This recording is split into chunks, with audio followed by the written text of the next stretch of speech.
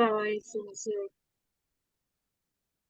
നൽകുന്ന അനുഗ്രഹത്തിന്റെ വചനം അവിടുന്ന് നമ്മുടെ പ്രാർത്ഥന കേൾക്കുമ്പോൾ ഉത്തരം തരാൻ തയ്യാറാണ്. പലപ്പോഴും നമ്മൾ വിചാരിക്കും പ്രാർത്ഥിച്ച് മടുത്ത കുറെ പ്രാർത്ഥനകളുണ്ട്. പ്രാർത്ഥിച്ച് നമ്മളത് ആ വിശ്വാസം തന്നെ ദുർബലപ്പെട്ടു പോയ, അല്ലെങ്കിൽ വിശ്വാസം തന്നെ നഷ്ടപ്പെട്ടു പോയ സാഹചര്യങ്ങൾ ഉണ്ടാവാം. പ്രാർത്ഥനയോട് മടുപ്പ് തോന്നാൻ ഉണ്ടായിട്ടുള്ള കാരണങ്ങൾ ഉണ്ടാവാം. കാരണം നമ്മൾ പ്രാർത്ഥിക്കുന്നത് ഉടനെ തന്നെ കിട്ടുമ്പോഴാണ് നമുക്ക് കൂടുതൽ സന്തോഷം, അല്ലേ? ആണോ? അതെ അതെ. അതായത് നമുക്ക് സന്തോഷം വരുന്നത് എപ്പോഴാ? നമ്മുടെ കാര്യങ്ങൾ പടപടാന്ന് നടക്കുമ്പോൾ നമുക്ക് ഭയങ്കര സന്തോഷം ഉണ്ടാവും. പക്ഷെ ദൈവത്തിന് അങ്ങനെ സന്തോഷിക്കാൻ പറ്റുന്നില്ല, അല്ലെ? നമ്മുടെ കാര്യങ്ങള് എളുപ്പം നടത്തി കൊടുക്കണമെന്ന് ദൈവത്തിന് ആഗ്രഹം ഉണ്ടെങ്കിലും നമുക്കറിയാലോ നമ്മുടെ മനുഷ്യന്റെ സ്വഭാവം എന്താണെന്ന്, അല്ലെ? എന്തോരം അനുഗ്രഹം കിട്ടിയാലും, എന്തെല്ലാം സ്നേഹം കിട്ടിയാലും, എന്തോരം സംരക്ഷണം കിട്ടിയാലും നമ്മൾ പെട്ടെന്ന് അതെല്ലാം മറന്നുപോകും. അപ്പൊ മറന്നു പോകാതിരിക്കാനുള്ള ഇപ്പൊ ചില ആക്സിഡന്റുകൾ എന്ന് പറഞ്ഞാല് അതിൽ എന്തെങ്കിലുമൊക്കെ ഒരു അടയാളം നമ്മുടെ ശരീരത്തിൽ ഉണ്ടാവും, അല്ലേ?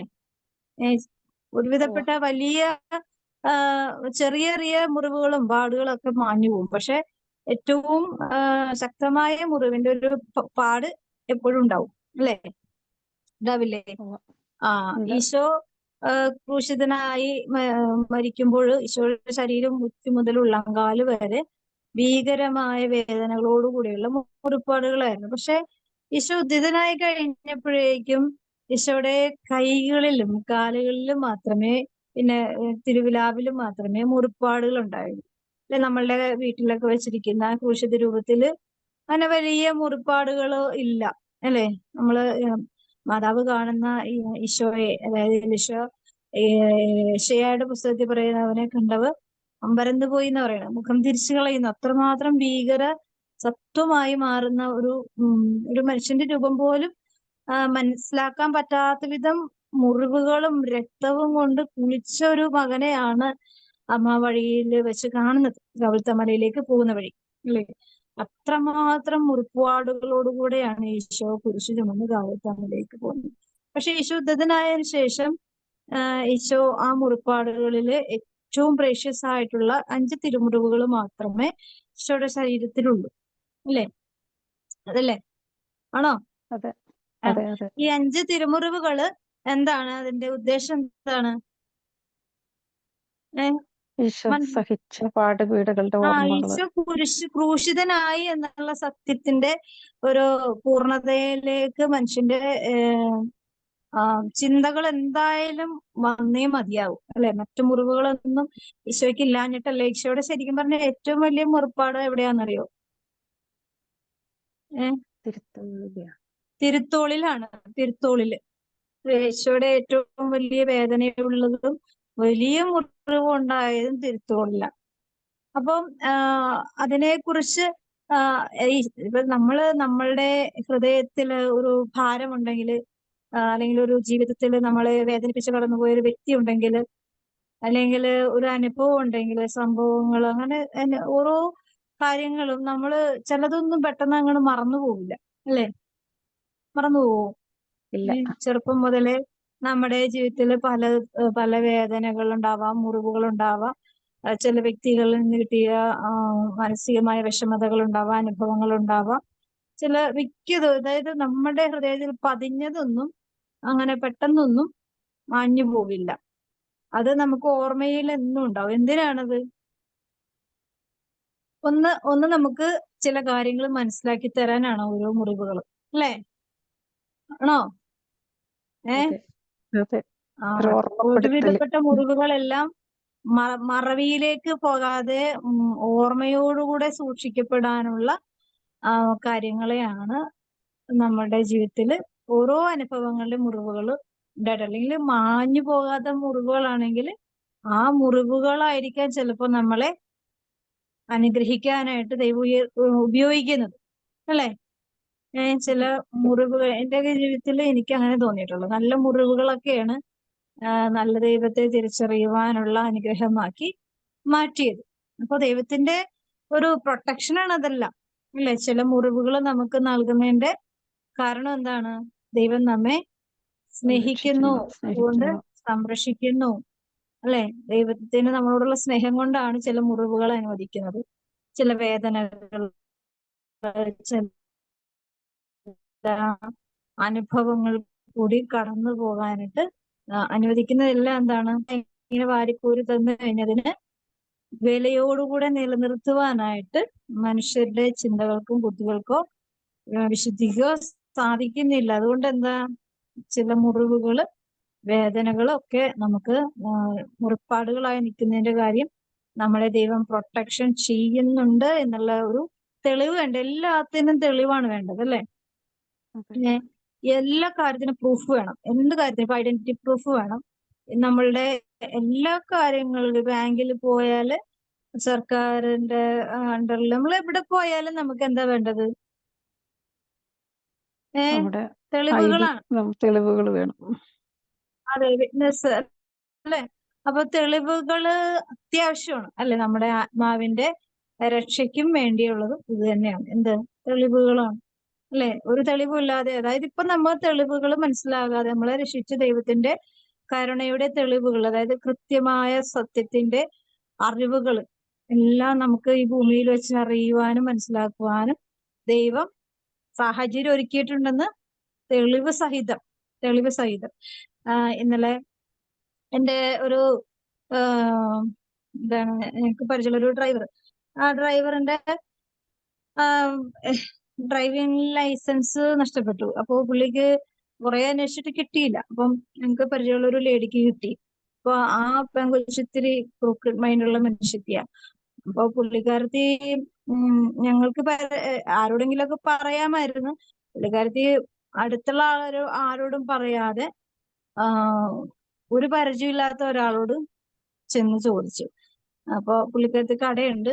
അപ്പൊ കടയിൽ വന്നപ്പോ ഈ വ്യക്തിയോട് ചോദിച്ചു. അപ്പൊ അങ്ങനെ ചോദിച്ചപ്പോഴേക്കും ഈ ഡ്രൈവിംഗ് ലൈസൻസ് നഷ്ടപ്പെട്ടു പോയ ആളെ ചോദിച്ച ആൾക്കറിയാം. അപ്പൊ അയാളാണെങ്കിൽ അയാൾക്ക് കാശ് കൊടുക്കാനുണ്ട്. അപ്പൊ ഈ കാശ് കൊടുക്കാനുള്ളത് കൊണ്ട് ഈ ഡ്രൈവിംഗ് ലൈസൻസ് എന്റെ കയ്യിൽ കിട്ടിയതാണ്, അത് കൊടുക്കാമോ എന്ന് ചോദിച്ചു, ഇത് അറിയാമോ എന്നൊക്കെ ചോദിച്ചാണ്. അപ്പൊ പുള്ളി എനിക്കറിയില്ലെന്ന് എന്തോ പറഞ്ഞ് ഒഴിവ് പറഞ്ഞ് സ്കിപ്പായി. പക്ഷെ ഇതൊരു തെളിവായി കിടക്കുന്നുണ്ടായിരുന്നു, അല്ലെ?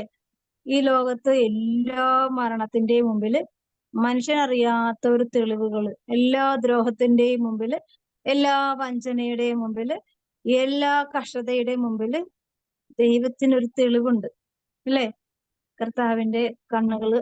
അത് മനുഷ്യൻ മനസ്സിലാക്കാൻ തന്നെ ഉള്ളൊരു ബുദ്ധി, അതായത് സ്വന്തം മനുഷ്യന്റെ എത്രമാത്രം ബുദ്ധി ഉപയോഗിച്ച് എന്തെല്ലാം ദുഷ്ടത കാണിച്ചാലും കർത്താവിന്റെ ഇടപെടലുകള് അവിടെ കോറിയിട്ടിട്ടുണ്ടാവും. തീർച്ചയായിട്ടും ഉണ്ടാവും. അത് നമ്മൾ എത്ര മറച്ചു വെച്ചാലും. അങ്ങനെ ഈ പെങ്കൊച്ച് ചെറിയൊരു പെങ്കൊച്ചാണ്, പക്ഷെ ആളുടെ അപാരത ഭയങ്കരമാണ്. അപ്പോ അങ്ങനെ ഈ കാശ് കൊടുക്കാനുള്ള ആള് അബദ്ധവശാല് ഈ ഡ്രൈവിംഗ് ലൈസൻസ് നഷ്ടപ്പെട്ട ആളെ അവിചാരിതമായി കണ്ടുമുട്ടി. അപ്പൊ നേർക്ക് നേരെ കണ്ടുമുട്ടിയപ്പോഴേക്കും ഒന്നും പറയാനില്ല. കാരണം കാശ് കൊടുക്കാനുള്ളത് കൊണ്ട്, പുള്ളിക്ക് കാശ് കൊടുത്തിട്ടില്ലാത്തത് കൊണ്ട് ഒരു ഉള്ളിലൊരു അസ്വസ്ഥത. അങ്ങനെ കാശിന്റെ കാര്യമൊന്നും പറയാൻ പറ്റില്ല. അപ്പൊ ആ ചെറുക്കൻ ചോദിച്ച്, ചേട്ടന്റെ ലൈസൻസ് നഷ്ടപ്പെട്ടോന്ന് ചോദിച്ചു. അപ്പൊ പറഞ്ഞു, കുറെ നാളെ ഞാൻ അന്വേഷിച്ച് കിടക്കണത്, എവിടെ പോയിന്ന് ഒരു ഐഡിയ ഇല്ലാന്ന്. അപ്പൊ പറഞ്ഞു, ഇങ്ങനെ ഇന്ന കടയിൽ നെല്ലൊരിടത്ത് കിട്ടിയിട്ടുണ്ട്, അവരെന്നെ കാണിച്ചു. എന്നിട്ട് അപ്പൊ തന്നെ അയാൾക്ക് ഭയങ്കര സമാധാനമായി. അപ്പൊ നീ എന്നോടൊരു വാക്ക് പറഞ്ഞില്ലല്ലോ. അപ്പൊ ഇയാൾക്ക് മനസ്സിലായി, ഈ നീ എനിക്ക് കാശ് തരാനുണ്ടായിരുന്നു എന്ന് എനിക്കറിയാം, പക്ഷെ ഞാൻ അതല്ല, അതിന്റെ അപ്പുറം ഞാൻ വേണമെങ്കിൽ നിനക്ക് തിരിച്ചു തന്നേനെ. കാരണം ഇപ്പോഴൊക്കെ ഈ ഡ്രൈവിംഗ് ലൈസൻസ് നഷ്ടപ്പെട്ടു കഴിഞ്ഞാൽ ഭയങ്കര നൂലാമാലകളാ, ഭയങ്കര പണികളാ. അപ്പൊ അതുകൊണ്ട് അതിന് പുറകെ നടക്കുക ഭയങ്കര ബുദ്ധിമുട്ടുള്ള കാര്യങ്ങളാ. അപ്പൊ അത് ഒരുപാട് കാര്യങ്ങൾ ലൈസൻസിൽ തന്നെ ഉണ്ട്. ബോധമുള്ളവരാണെങ്കിൽ അതുപോലെ തന്നെ ഒരു ഛേദവും ഇല്ലാത്തൊരു ഉപകാരം അത് ചെയ്യാതെ ഈ പെങ്കൊച്ച് അത് കയ്യിൽ വെച്ചിട്ടുണ്ട്. കുറെ നാള് 4 മാസത്തോളം വെച്ചോണ്ടിരുന്നു. അപ്പൊ ഞങ്ങൾക്കൊക്കെ ഈ അറിയാവുന്ന ആൾക്കാരാണ്, ഈ ലൊക്കാലിറ്റിയിലുള്ള ആൾക്കാരൊക്കെ തന്നെ. പക്ഷെ ഇത് ആരോടും പറഞ്ഞില്ല.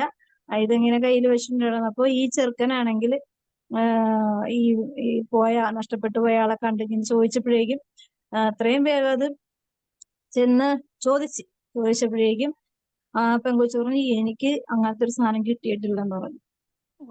പുള്ളിക്കാരത്തി അങ്ങനത്തെ ഒരു സംഭവം ഉണ്ടായിട്ടില്ലെന്ന് തന്നെ പറഞ്ഞു. അപ്പോ ഈ മനുഷ്യൻ പറഞ്ഞ് നിങ്ങൾ തന്നെ എന്റെ ലൈസൻസ് കിട്ടിയിട്ടുണ്ട്, ഫോട്ടോ ഉണ്ടാവുമല്ലോ. അപ്പോ ആ സംഭവം ഇന്ന ആളെ കാണിച്ചിട്ട് ആ മനുഷ്യനാണ് എന്നോട് ഇത് പറഞ്ഞതെന്ന് പറഞ്ഞു. അപ്പൊ ഈ പെങ്കൊച്ചിന് ഒന്നും പറയാൻ പറ്റാതെ കുറെ ചീത്ത കളിച്ചെന്ന് പറഞ്ഞു. അപ്പൊ നമ്മൾ എന്തെല്ലാം കള്ളത്തരങ്ങളും എത്ര മാത്രം അപ്പൊ ഈ പെങ്കൊച്ചിന് ചെറിയൊരു പെങ്കൊച്ചാണ്, കൂടി വന്ന ഒരു 28 വയസ്സുണ്ടാവുള്ളൂ. അപ്പോ കുറെ ഇത് പറഞ്ഞു, ഇത്രയും ചെറുപ്പത്തിൽ ഇത്രയും മോശമായൊരു സ്വഭാവം, അത് ഒരു നഷ്ടവുമില്ല, ലാഭവുമാണ്, ഒരു പുണ്യമാണ് അല്ല ഒരാളുടെ ഇത്രയും വിലപ്പെട്ട ഒരു സാധനം തിരിച്ചു കൊടുക്കുക എന്ന് പറഞ്ഞാല് അത് ആ വ്യക്തി കൈവച്ചിട്ട് ഒന്നും കിട്ടാനില്ല. അപ്പൊ ഒരു സാമാന്യ ബോധം ഉണ്ടെങ്കിൽ അത് ആർക്കെങ്കിലും അത് കൊടുത്ത് അത്രയും അതിനുവേണ്ടി പക്ഷെ ഡ്യൂപ്ലിക്കേറ്റ് അപേക്ഷിച്ചിട്ട് കിട്ടിയിട്ടില്ല. ഇനിയിപ്പോ ഡ്യൂപ്ലിക്കേഷൻ കിട്ടിയാലും ഡ്യൂപ്ലിക്കേറ്റ് എന്നുള്ളൊരു ഇതുണ്ടല്ലോ, അപ്പൊ അതിന്റെ ഒരു വാല്യൂ ഒരു കുറവുണ്ടാകാൻ സാധ്യതയുണ്ട്. എങ്കിലും എനിവേ അപ്പൊ ആ മനുഷ്യൻ പറയണ എന്തോ ഒരു മനുഷ്യ സ്ത്രീയാണ് അവര്, ഭയങ്കരമായിട്ട് ഇങ്ങനെയുള്ള മനുഷ്യരൊക്കെ ഭൂമിയിലുണ്ടോ എന്ന് പറഞ്ഞ് കുറെ വിഷമിച്ചു. അപ്പൊ എന്താണ് ആ വ്യക്തിയുടെ ജീവിതത്തില് ഒരു നല്ല നന്മയുടെ സംരക്ഷണത്തിന്റെ നല്ല നേർത്ത് വരാൻ ഇങ്ങനെയുള്ള അനുഭവങ്ങൾ കൂടി ആ മനുഷ്യന്റെ ഒരു വേദന, ആ മനുഷ്യന് ഈ വ്യക്തി കൂടി കിട്ടിയ മുറിവുകള്, വഞ്ചന, അതൊക്കെ എന്ത് പറ്റും ആ വ്യക്തിക്ക് വരാൻ സാധ്യതയുള്ള അനുഗ്രഹത്തിന്റെ മേല് ഒരു ബ്ലാക്ക് മാർക്ക് വീഴും. ബ്ലാക്ക് മാർക്ക് വീണ എന്താ സംഭവം? സംരക്ഷണം കുറയും അല്ലെ? നമ്മളൊരു പുണ്യം ചെയ്യാനായിട്ട് ദൈവം എത്രമാത്രം കാലം കരുതിയിരുന്നിട്ടായിരിക്കും ഒരു പുണ്യം ചെയ്യാൻ ദൈവം നമുക്ക് അവസരം തരുന്നത്. ഒരു നഷ്ടവുമില്ലാത്തൊരു പുണ്യം. പക്ഷെ എന്ത് ചെയ്യാം, നമ്മളുടെ സ്വാതന്ത്ര്യമാണ്. പുണ്യം ചെയ്യണോ, നന്മ ചെയ്യണോ, വഞ്ചന ചെയ്യണോ എന്നുള്ളത് നമ്മുടെ സ്വാതന്ത്ര്യത്തിൽ കർത്താവ് കൈയെടുത്തില്ല. അത് അവനവന്റെ വ്യക്തിത്വത്തെയാണ് പുറപ്പെടുവിക്കുന്നത് അല്ലെ? വ്യക്തിത്വമാണ് എന്ത് ചെയ്യാൻ തീരുമാനിക്കുന്നു എന്നുള്ളത് അത് പുറത്തേക്ക് വരുന്നത്.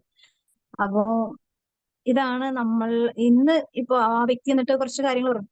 പണ്ടൊക്കെ എന്ന് വെച്ചാല് പഴയ കാലങ്ങളില് കുറച്ചും കൂടി അടുത്ത തലമുറകളിലേക്കാണ് കർത്താവ് കുറച്ചും കൂടി വെയിറ്റ് ചെയ്യാറുണ്ട്.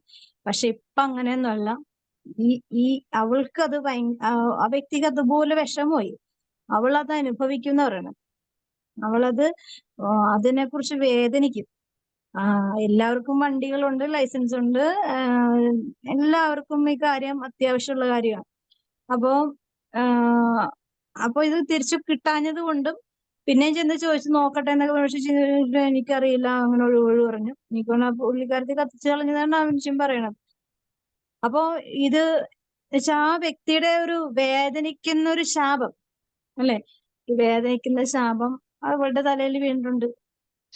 ആ മനുഷ്യന്റെ വാക്കുകളിൽ നിന്നും വന്ന വർത്തമാനത്തിൽ നിന്ന് എനിക്ക് മനസ്സിലായി. പിന്നെ നമ്മള് മനസ്സിലാക്കണം, നമ്മളുടെ പ്രൊട്ടക്ഷൻ നമ്മളായിട്ട് തന്നെ നശിപ്പിക്കാനായിട്ട് ഒരു തരത്തിലും നമ്മള് അനുവദിക്കരുത് അല്ലെ? നമ്മളുടെ ശ്വാസം നമ്മൾ സ്വന്തമായിട്ട് ശ്വസിക്കാനായിട്ട് നമ്മൾക്ക് ദൈവം അനുവദിച്ചു. പക്ഷെ നമ്മൾ തന്നെ മൂക്കും വായും എല്ലാം പൊത്തിപ്പിടിച്ച് നമ്മൾ ശ്വാസം മുട്ടിച്ച് നമ്മൾ തന്നെ ദ്രോഹിക്കുന്നെങ്കിൽ, നമ്മൾ തന്നെ ഭീകരമായി നമ്മളെ കൊല്ലാനായിട്ട് ശ്രമിക്കുന്നുണ്ടെങ്കിൽ എന്താണ്? നമ്മളുടെ ആത്മാവിന്റെ മുമ്പിൽ നമ്മളൊരു കൊലപാതകിയായി മാറുന്നു. സഹോദരനെ വെറുക്കുന്നവൻ കൊലപാതകി. അപ്പൊ സ്വന്തം ആത്മാവിനെ പോലും സംരക്ഷിക്കാൻ കഴിവില്ലാത്തവര് എങ്ങനെ ദൈവത്തിന്റെ കരുണ സ്വീകരിക്കാൻ പറ്റും, അല്ലെങ്കിൽ ദൈവത്തിന്റെ പ്രൊട്ടക്ഷൻ എന്താണെന്ന് മനസ്സിലാക്കാൻ പറ്റും അല്ലെ? അപ്പൊ നമ്മളുടെ പ്രൊട്ടക്ഷൻ ആരുടെ കയ്യിലായിരിക്കുന്നത്? ചുരുക്കത്തില് നമ്മളുടെ കയ്യിലാണ്. നമ്മളുടെ കയ്യിൽ തന്നെ. അതായത് ദൈവത്തിന് തരാനേ പറ്റുള്ളൂ. സ്വീകരിക്കാൻ നമുക്ക് മനസ്സില്ലെങ്കിൽ നമുക്ക് നഷ്ടങ്ങളുടെ ഭീകരത നമ്മളെ പിടികൂടും. അപ്പൊ മറിയത്തിന്റെ സ്തോത്രഗീതം വായിക്കാം. ഇപ്പോൾ വായിക്കും.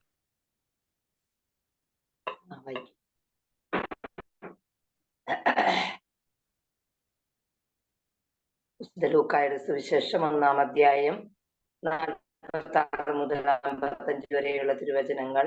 പരിശുദ്ധ അമ്മയുടെ സ്തോത്രഗീതം. മറിയം പറഞ്ഞു, എന്റെ ആത്മാവ് കർത്താവിനെ മഹത്വപ്പെടുത്തുന്നു, എന്റെ ചിത്തം എന്റെ രക്ഷകനായ ദൈവത്തിൽ ആനന്ദിക്കുന്നു.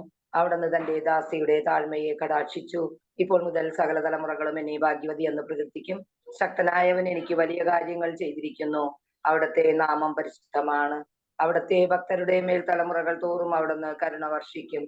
അവിടുന്ന് തന്റെ ഭുജം കൊണ്ട് ശക്തി പ്രകടിപ്പിച്ചു. ഹൃദയ വിചാരത്തിൽ അഹങ്കരിക്കുന്നവരെ ചിതറിച്ചു. ശക്തന്മാരെ സിംഹാസനത്തിൽ നിന്ന് മറിച്ചിട്ടു. എളിയവരെ ഉയർത്തി. വിശക്കുന്നവരെ വിശിഷ്ട വിഭവങ്ങൾ കൊണ്ട് സംതൃപ്തരാക്കി. സമ്പന്നരെ വെറും കൈയോടെ പറഞ്ഞയച്ചു. തന്റെ കാരുണ്യം അനുസരിച്ചുകൊണ്ട് അവിടുന്ന് തന്റെ ദാസനായ ഇസ്രായേലിനെ സഹായിച്ചു. നമ്മുടെ പിതാക്കന്മാരായ അബ്രാഹത്തോടും അവന്റെ സന്തതികളോടും എന്നേക്കുമായി ചെയ്ത വാഗ്ദാനം അനുസരിച്ച് തന്നെ നമ്മുടെ കർത്താവായ യേശു മിശിഹായിക്ക് സ്തുതി. ദൈവവചനമാണ് നാം കേട്ടത്. നമുക്ക് ദൈവത്തെ സ്തുതിക്കാം. വിശിഷ്ട വിഭവങ്ങൾ കൊണ്ട് എന്ത് ചെയ്യുന്നു എന്ന് പറയുന്നത്? സംതൃപ്തരാക്കും അല്ലേ? നമുക്ക് നമ്മളുടെ ഒരു സംതൃപ്തി എന്ന് പറഞ്ഞാൽ ഈ ഭൂമിയിൽ ഏതെങ്കിലും കാരണങ്ങൾ കൊണ്ട് നമ്മൾ സംതൃപ്തിപ്പെടുന്നുവെങ്കിൽ നമ്മൾ ഒരു തരത്തിൽ പറഞ്ഞാൽ ലൗകികരായിരിക്കും അല്ലേ? ഏതെങ്കിലും തരത്തില് നമ്മൾ ഈ ഭൂമിയിൽ ജീവിക്കുമ്പോ ഏതെങ്കിലും തരത്തില് നമ്മൾ സംതൃപ്തിയോടെ ജീവിക്കുക എന്ന് പറയുന്നത് അത് ഒരു നശ്വര അപ്പം ഭക്ഷിച്ചുകൊണ്ടിരിക്കുന്ന ആൾക്കാർക്ക് മാത്രമേ ഈ ഭൂമിയിൽ സംതൃപ്തിയുണ്ട് എന്ന് പറയാൻ പറ്റുള്ളൂ. കാരണം എന്താണെന്നറിയോ? നമ്മള് സംതൃപ്തി ആഗ്രഹിക്കുന്ന അനുസരിച്ച് നമ്മളെ പ്രോത്സാഹിപ്പിക്കാൻ ലൗകികത. അപ്പൊ ഞാൻ ഇന്ന് വരെ എനിക്ക് മനസ്സിലാക്കിയിട്ടുള്ള എന്റെ ഈ കുഞ്ഞു ബുദ്ധിയിൽ മനസ്സിലാക്കി, നമ്മൾ എന്തോരം അധ്വാനിച്ചാലും നമ്മുടെ ആത്മീയതയുടെയും ഭൗതികതയുടെയും വെച്ച് നോക്കിക്കഴിഞ്ഞാല് നമ്മൾ എന്തെങ്കിലും അധ്വാനിച്ചെന്ന് അവകാശം പറയാൻ പോലും നമുക്ക് യാതൊരു ബെനിഫിറ്റോ അല്ലെങ്കിൽ നമ്മുടെ ഭാഗത്ത് നിന്ന് നമ്മളത് ചെയ്തു എന്ന് പറയാനുള്ള അവകാശമോ സ്വാതന്ത്ര്യമോ ഉണ്ട് എന്ന് നമുക്ക് പറയാൻ പറ്റാത്ത വിധത്തിലാണ് നമ്മുടെ ജീവിതം. എനിക്ക് സ്വന്തമായിട്ട് മനസ്സിലാക്കിയാണ് എന്ത് ചെയ്താലും എന്താണ് ദൈവത്തിന്റെ കരുണയുടെ വിഭവം ആണ് അല്ലെ? എന്ത് ചെയ്താലും ദൈവത്തിന്റെ കരുണയാണ്, അത് ദൈവത്തിന്റെ മഹത്വമാണ്. അപ്പൊ എന്തെങ്കിലുമൊക്കെ നമ്മള് പ്രാർത്ഥിച്ചാലും പ്രവർത്തിച്ചാലും അധ്വാനിച്ചാലും വേദനിച്ചാലും സന്തോഷിച്ചാലും സങ്കടപ്പെട്ടാലും ക്ലേശങ്ങളിലും ദുരിതങ്ങളിലും എനിക്ക് പ്രത്യാശിക്കാൻ വകയുണ്ടെന്ന് പറയുന്ന പൗലോസ്ലീഹയെ പോലെ നമുക്കെന്താണ് ഈ ഭൂമിയില് ഈ സംതൃപ്തിപ്പെടുക എന്ന് പറഞ്ഞാൽ സന്തോഷങ്ങളിൽ നമുക്ക് ചിലപ്പോൾ ഇത്തിരി സംതൃപ്തിയൊക്കെ ഉണ്ടാവും. പക്ഷെ അത് ക്ഷണികമായിരിക്കും അല്ലെ? അധികം നേരം ഉണ്ടാവും? ഒരു തിരമാല വരുന്ന സമയം വരെ ഉള്ളൂ അല്ലെ? ഒരു തിരമാല വന്ന് അതിനെത്ര സമയം ഉണ്ടാവും? നോക്കി നിൽക്കുക തന്നെ അടുത്ത തിരമാല വരും. ഇപ്പൊ ഒരു ചെറിയ തിരമാല വരുമ്പോ നമുക്ക് അധികം പേടിക്കണ്ട, ഉടനെ തന്നെ എരച്ചു പൊളിച്ച് അടുത്ത തിരമാല വരും. അത് ചിലപ്പോ നമ്മളെ അടിച്ചു വീഴ്ത്തുന്നതായിരിക്കും അല്ലെ? ചെറിയ സങ്കടങ്ങൾ കൊണ്ട് നമ്മള് ഇത് പ്രശ്നമില്ല എന്ന് വിചാരിച്ചിരിക്കേണ്ട. അടുത്തത് വലിയൊരു വേദന മുന്നോടിയായിട്ട് വരുന്നത്. അപ്പൊ നീ ആദ്യം തയ്യാറായിരുന്നു എന്ന് മനസ്സിലാക്കാൻ വേണ്ടിയാണ്, അല്ലെങ്കിൽ നീ പ്രിപ്പയർഡ് ആണോ എന്ന് ഓർമ്മപ്പെടുത്താൻ വേണ്ടിയായിരിക്കാം ചിലപ്പോൾ ചെറിയ വിഷമം തന്നിട്ട് പോകുന്നത്. അപ്പൊ അത് ജയിച്ചു കഴിഞ്ഞാൽ നമ്മള് അടുത്ത് കടന്നു വരുന്ന ആ പ്രതിസന്ധിയെ നമുക്കൊരു 70% നമ്മളുടെ ആ ഒരു സഹനശക്തി കൊണ്ട് നമുക്ക് പിടിച്ചു നിൽക്കാൻ പറ്റും ഇല്ലേ? ഇല്ലെങ്കിൽ എന്ത് പറ്റും? നമ്മൾ തളർന്ന് തരിപ്പണമായി ചീട്ടുകൊട്ടാരം വീണ പോലെ അല്ലെ? ചീട്ടുകൊട്ടാരം അറിയാലോ, ഒരു ചീട്ടിനെ ഒന്ന് ഷെയ്ക്ക് ചെയ്താൽ മതി അല്ലെ? ആ കൊട്ടാരം നിലം പരിശായിട്ട് വീഴല്ലേ? നല്ല ഭംഗിയല്ലത് വീഴുന്നത് കാണാനായിട്ട് അല്ലെ? നമ്മുടെ കാഴ്ചക്ക് നല്ല ഭംഗിയാണ്. പക്ഷെ അത് ഉണ്ടാക്കിയ സമയം, പേഷ്യൻ, അതെല്ലാം ഒത്തിരി സമയം എടുത്തിട്ടാണ്. അതുപോലെ തന്നെയാണ് നമ്മുടെ ജീവിതത്തിൽ ഒരുപാട് കാര്യങ്ങൾ നമ്മൾ നന്നായിട്ട് അധ്വാനിച്ചിട്ട് തന്നെയാണ് ഓരോ ദിവസവും കടന്നു പോകുന്നത്. പക്ഷെ ഇതൊക്കെ തളർന്നു പോകാൻ, തകർത്ത് കളയാനൊക്കെ വളരെ സിമ്പിൾ ആണെന്ന് ലോകത്തിന്റെ മുമ്പിൽ നമ്മൾ മനസ്സിലാക്കുന്നുണ്ടെങ്കിൽ അത് അല്ലെ ഈശോ പറയുന്നത്, നശ്വരമായ അപ്പത്തിന് വേണ്ടി അല്ല നിങ്ങൾ അധ്വാനിക്കണം, അനശ്വരമായ അപ്പത്തിന് വേണ്ടി നിങ്ങൾ അധ്വാനിക്കണം. അത് ഈ നശ്വരത എന്ന് പറഞ്ഞാൽ എന്താണ്? പെട്ടെന്ന് തന്നെ നശിഞ്ഞു പോകുന്ന. അനശ്വരത എന്ന് പറഞ്ഞാൽ നശിക്കാത്തത്, അല്ലെ? ഈ നശിക്കാത്തതിനെ നമ്മള് അന്വേഷിക്കാനും അത് കണ്ടെത്താനൊക്കെ നമ്മൾ ആഗ്രഹിക്കും. പോകുന്ന വഴി വളരെ മിനുസമുള്ളതൊന്നും ആയിരിക്കില്ല. ആയിരിക്കും. വളരെ വേദനയും അപമാനവും വെറുക്കപ്പെടലും ഒറ്റപ്പെടലും വളരെ ദുസ്സഹമായ പീഡനങ്ങൾ കൂടി കടന്നു പോകേണ്ടി വരും. പക്ഷെ എന്താണ് അവസാനം നമ്മൾ ചെന്നെത്തുന്ന സ്ഥലം ഭയങ്കര പീസ്ഫുൾ ആയിരിക്കും, അല്ലെ? റെസ്റ്റ് ഇൻ പീസ് എന്ന് പറയുന്നത് അതുപോലെയാണ്, അല്ലെ? നമുക്ക് സമാധാനത്തിൽ വിശ്രമിക്കാനുള്ള ഒരു ഇടം, അല്ലെ? അവസാനത്തെ സമാധാനത്തിൽ വിശ്രമമായിരിക്കാം നമ്മളെ ഏറ്റവും വലിയ സംതൃപ്തിയിലേക്ക് കൊണ്ടുപോകുന്നത്. ആ മരണമായിരിക്കാം. ചില മനുഷ്യർക്ക് മരണം വലിയ ഭീതി ഉണ്ടാക്കുന്നതിന്റെ കാരണം എന്താണ്? മരണം ഭീതി ഉണ്ടാക്കുന്നതിന്റെ കാരണം എന്താണ്? മരണത്തെ ഭയപ്പെടുന്നത് കൊണ്ട്, നിത്യജീവനെ ആഗ്രഹിക്കുന്നില്ല. അതായത് മരണത്തെ ഭയപ്പെടുന്നതുകൊണ്ടാണ് ഭീതി ഉണ്ടാകുന്നത്. അതല്ല ഞാൻ ചോദിച്ചത്. മരിക്കുന്നത് പേടിക്കുന്നതിന്റെ കാര്യം എന്താണ്? ജീവിതം നല്ലതല്ലായിരുന്നത് കൊണ്ടാണ്, അല്ലെ? പേടിക്കുന്നത്. നല്ല ജീവിതം അല്ലാത്തവനൊരിക്കലും നന്നായിട്ട് ജീവിക്കുന്നവനൊരിക്കലും മരണത്തെ പേടിക്കേണ്ട കാര്യമില്ല, അല്ലേ? സന്തോഷത്തോടെ രണ്ടു കൈ നീട്ടി ഒരു വിരുന്നുകാരനെ പോലെ വെൽക്കം ചെയ്ത് സ്വീകരിക്കും. പക്ഷെ മോശപ്പെട്ട ഒരു ജീവിതം, ആ മരണം കോമാളിയുടെ വേഷത്തിലായിരിക്കും, വൈകൃതമായിരിക്കും, കാണുമ്പോ തന്നെ പേടിപ്പെടുത്തും, അല്ലെ? ഭയം ജനിപ്പിക്കും. എന്താ കാര്യം? ചെയ്തു വെച്ചിരിക്കുന്ന നിക്ഷേപങ്ങളിലൊന്നും കൊണ്ടുപോകാൻ പറ്റിയതൊന്നുമില്ല. അതുകൊണ്ടാണ് പേടി, അല്ലെ? നമ്മളിപ്പോ ഒരു യാത്ര പോവാണ്. യാത്ര പോകുന്ന വഴിക്ക് നമ്മുടെ കയ്യിലിരുന്ന പണത്തിന്റെയോ വിലപ്പെട്ട വസ്തുക്കളോ എന്തെങ്കിലും നഷ്ടപ്പെട്ടു പോയാൽ നമുക്ക് പിന്നീടുള്ള യാത്ര സുഖമായിരിക്കും? ഇല്ല. കാരണം എന്താ? നമ്മളെ മെയിൻ ആയിട്ടുള്ള ഡോക്യുമെന്റ്സ്, പണം, പോകുന്ന ടിക്കറ്റുകളെല്ലാം നമുക്ക് നഷ്ടപ്പെട്ടു പോയാൽ നമുക്ക് യാത്ര വളരെ വേദനയും ദുസ്സഹവും, നമുക്ക് ലക്ഷ്യത്തിലെത്താൻ പറ്റില്ല, അല്ലെ? ഞാൻ ചെറിയൊരു എക്സാമ്പിളാ പറഞ്ഞത്. പെട്ടെന്ന് മനസ്സിലാകാൻ പറ്റണില്ലേ? നമ്മൾക്ക് കയ്യിലിരിക്കുന്ന, അതായത് പ്രോപ്പർ ആയിട്ടുള്ള കാര്യങ്ങള്, പ്രൂഫുകള് നമുക്ക് നഷ്ടപ്പെട്ടു പോയാൽ ഈ ലോകത്ത് നമുക്ക് ഒരു സ്ഥലത്തും സഞ്ചരിക്കാൻ പറ്റില്ല. അപ്പൊ അങ്ങനെയാണെങ്കിൽ സ്വർഗത്തിൽ പോകുമ്പോ ഇതൊന്നും വേണ്ടേ? വേണം. നമ്മളുടെ ജീവിതമാണ് നമ്മളുടെ പ്രൂഫ്, അല്ലേ? നമ്മുടെ ജീവിതമാണ് നമ്മളുടെ പ്രൂഫ്. അതായത് ഈ നമ്മളുടെ കയ്യിൽ തെളിവുകളൊന്നും ഇല്ലെങ്കിൽ, നമ്മളത് സൂക്ഷിക്കുന്നില്ലെങ്കിൽ, സൂക്ഷിക്കാനായിട്ട് ആൾക്കാരെ ദൈവം നിയമിച്ചിട്ടുണ്ട്. അവർ കൃത്യമായിട്ട് അത് ചെയ്യുന്നുണ്ട്, അല്ലെ? ഇത് നമുക്ക് മനസ്സിലാകാതെ നമ്മൾ ഇഷ്ടത്തിനനുസരിച്ച് ജീവിക്കുമ്പോൾ എന്താണ്?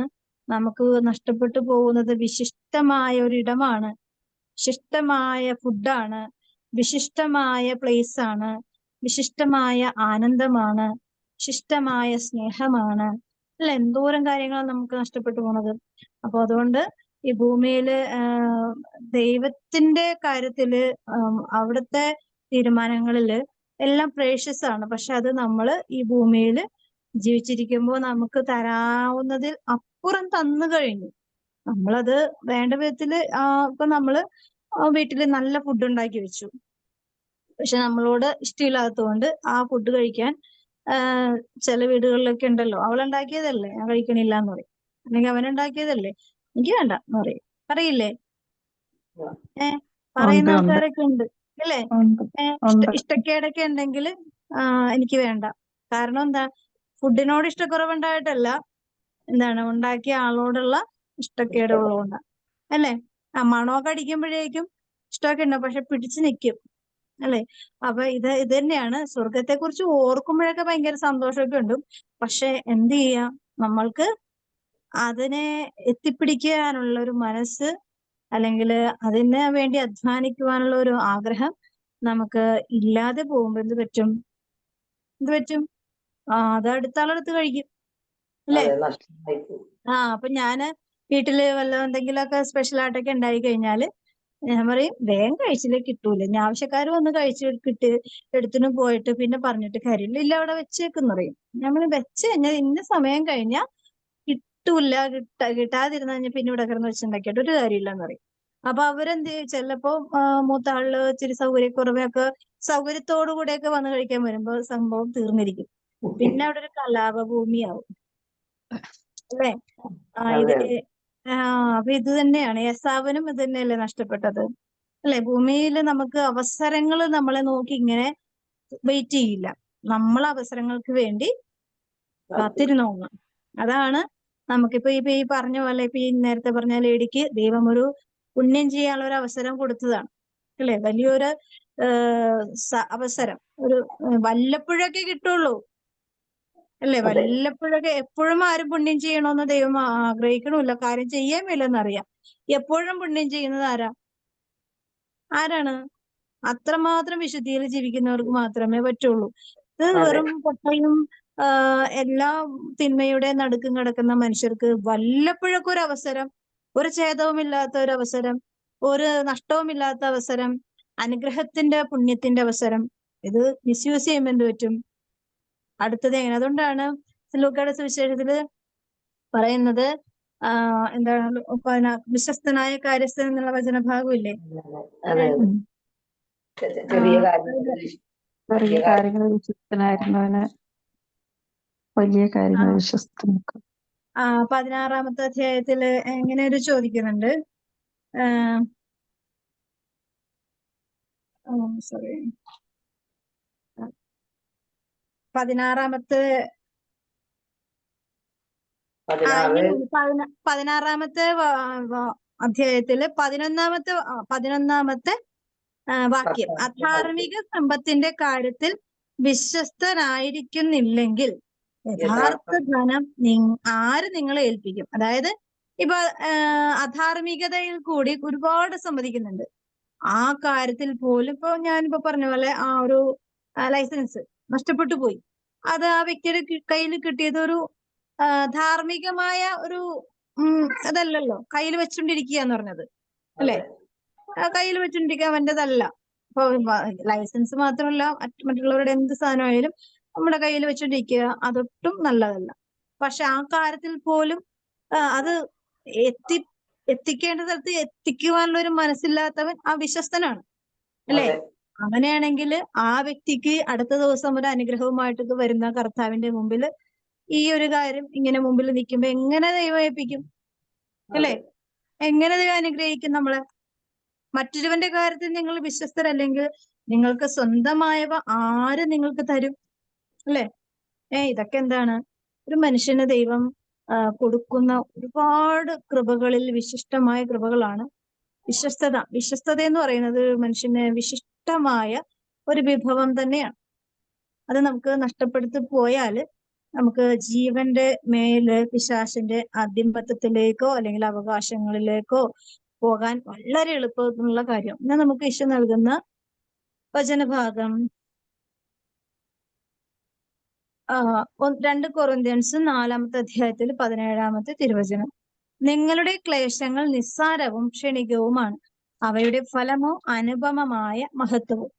അതായത് നിങ്ങളുടെ ക്ലേശങ്ങൾ, ഇപ്പൊ നമ്മളിപ്പോ ഈ ഭൂമിയിൽ നമ്മൾ എന്തെല്ലാം തലകുത്തി മറിഞ്ഞ് അധ്വാനിച്ചാലും ഒരു മനുഷ്യനത് സ്വീകരിക്കുവാനോ അത് യഥാർത്ഥ ബോധ്യത്തോടുകൂടെ അത് അംഗീകരിക്കുവാനോ അത് അനുഭവിക്കുവാനോ എല്ലാവർക്കും സാധിക്കില്ല അല്ലെ?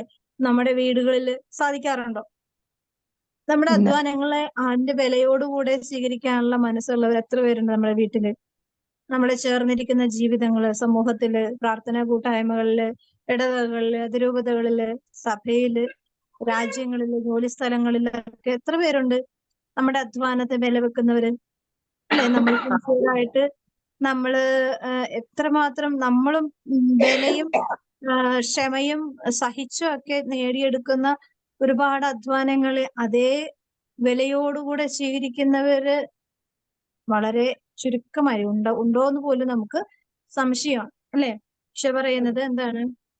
അതെല്ലാം എന്നെ ഏൽപ്പിച്ചിരിക്കുന്ന ദൗത്യത്തിന്റെ ഒരു ഉദ്യമമാണ്.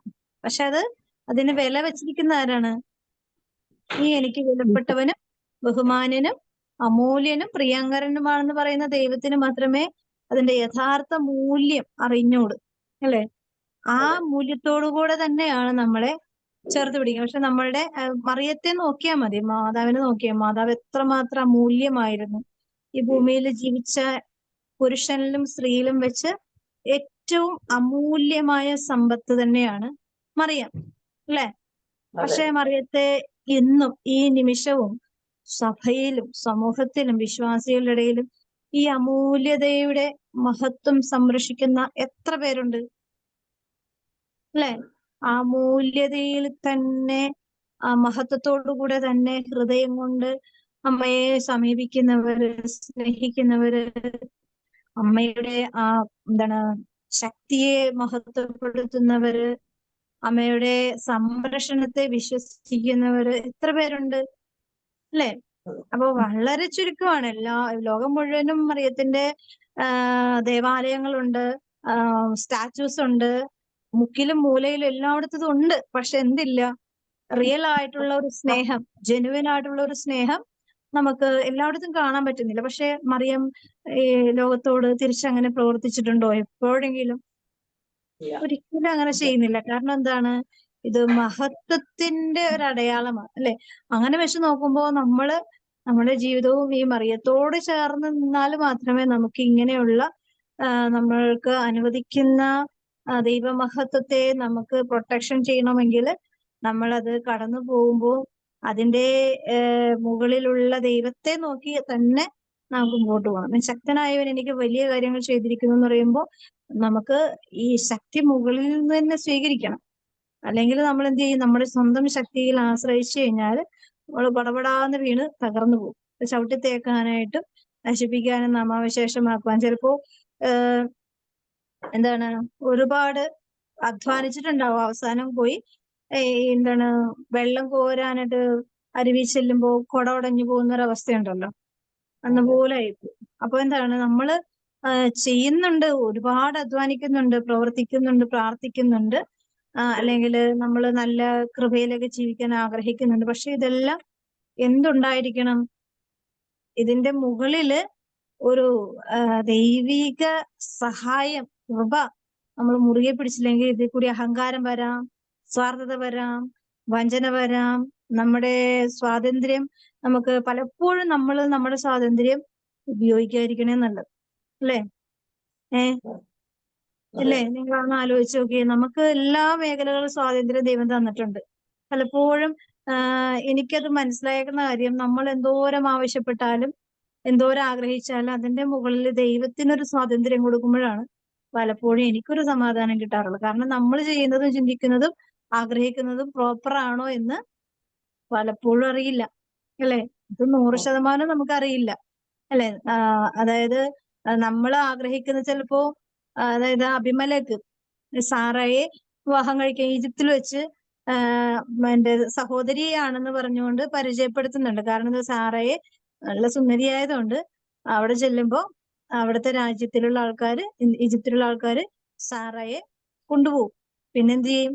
അബ്രഹത്തിനെ കൊന്നുകളയും. അപ്പൊ എന്ത് പറ്റും?